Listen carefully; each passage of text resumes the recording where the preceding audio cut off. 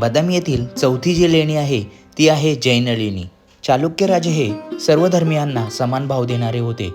म्हणूनच पहिला राजा पुलकेशी याचा राजकवी कीर्ती हा जैन होता.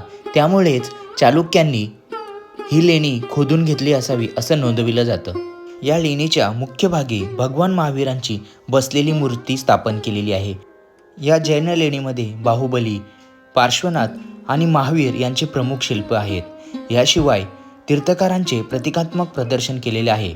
आतील खांब आणि त्यांच्या भिंतींवर एकूण असे 24 जैन तीर्थकारांच्या प्रतिमा कोरल्या गेलेल्या आहेत.